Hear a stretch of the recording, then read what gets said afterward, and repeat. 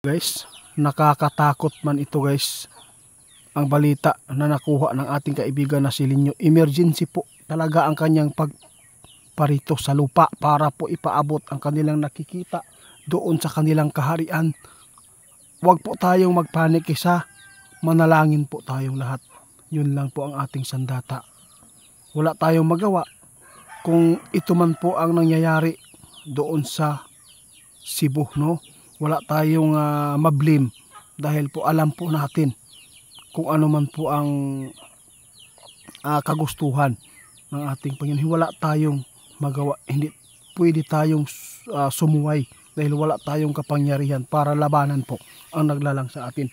Ngayon po, wag lang po tayo magpanik kasi mayroon pong nakita si kaibigan doon sa kanilang kaharian, kaya pumarito sila para ipaabot sa inyo para makapaghanda kayo nito.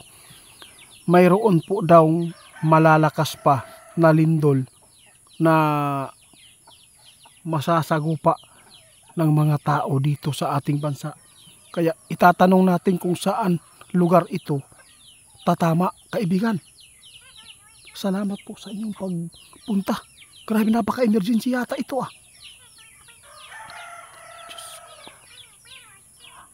Bakit po ito nangyari, kaibigan? Bago pa lang doon sa Cebu eh. Kulang pa ba ang mga buhay ng mga tao dyan? Tama ka. Hindi pwedeng suwayin ang panahon, guys. Hindi natin kaya pigilan ang kalikasan, guys, kapag ito na po ang maningil sa tao. Tulad po ng bagyo at baha. Yun po, guys, ang kalikasan na maraming buhay po ang nawasak. Tapos ngayon, yung lindol na naman ay mayroon pang susunod na mas malakas-lakas pa ito. Kaibigan, totoo ba talaga ito? Gusto kong malaman kung saan pa ito tatama. Nako, ito na. Mindanao, guys. Sabi ng ating kaibigan, mag-ingat po ang Mindanao ngayon. Nakita ng ating kaibigan doon sa kanilang kaharian ngayon na may susunod po na lindol. Saan pa ang mga lugar, kaibigan? Unang-una ang Davao, mag-ingat At saka doon sa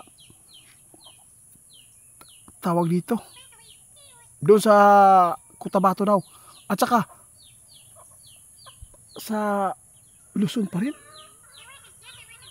Bakit lagi na lang doon? Uy, taga Luzon, ayaw mo kumpiyansa kay nakita ni kaibigan. Di po mahibalaan diha. Hindi nyo alam na may sus. Kaibigan, parang kinakabahan po ako dito.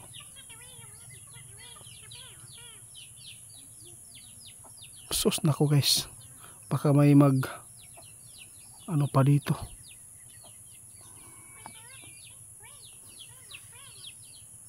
Grabe, kaibigan. Bakit po? Ingani naman kayo ang panahon nato. Baka may kakampanti pa dyan sa Manila ngayon lalo na yung mga malapit sa dagat. Ginoo ko, guys, grabe. Kitang-kita natin ang mga buhay ng mga kababayan po natin dyan, mga kapwa natin Pilipino dyan sa Cebu. Ngayon, grabe ang mga buhay nila. Nakita po natin na tinabunan na lang ng mga silupin. Dami-dami pang namatay.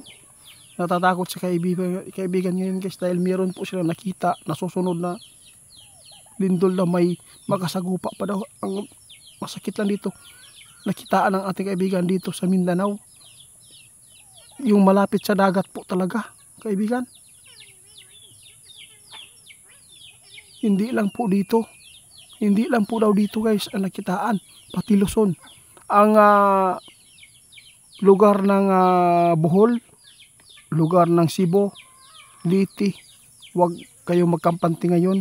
Kung malapit kayo sa dagat, umalis kayo kasi nakitaan talaga ng ating kaibigan.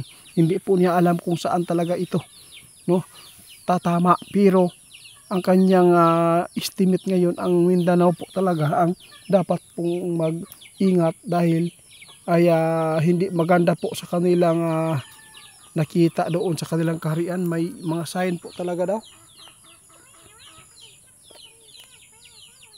Nako. Kung mausban daw ang Cebu ani guys, ug kusog na lindol mga 6, mag-amping daw diya kay ngano ang tsunami nakataas yun diya. Mao gyud na Batanes, mag-ingat dahil po sinabi na mismo ng ating kaibigan ngayon na si kaibigan Linyo talaga ang pumarito lang para magbigay ng babala, impormasyon dahil po sa kanilang nakikita ngayon na may susunod daw itong matatamaan ng lindol. Ay Diyos ka kuya. Salamat kaibigan. Si kaibigan guys nagmamadali na dahil ipinatawag na naman uli sila dahil po gusto nilang titingnan pa kung ano man po ang magaganap dito dahil mula nang maraming namatay doon sa Cebu ay sobra na po ang kanilang kalungkutan dahil po sa mga tao talaga na hindi po naka-alarma sa mangyayari dahil biglaan po talaga, gabi pa nangyari, marami natatabunan. Ngayon ang kinatatakutan ng ating kaibigan ngayon ay mayroon pang susunod. Sana po hindi sana tatama sa mga maraming building. Kung nais po natin na kontrolin sana, no? Na sana po doon na lang tumama sa mga magnanakaw, yung mga bahay ng mga magnanakaw. Oo kaibigan, hindi lang po ako magtatakal dito kaibigan. Salamat. O sige, alis sa kaibigan guys. Guys, salamat sa inyo ha guys.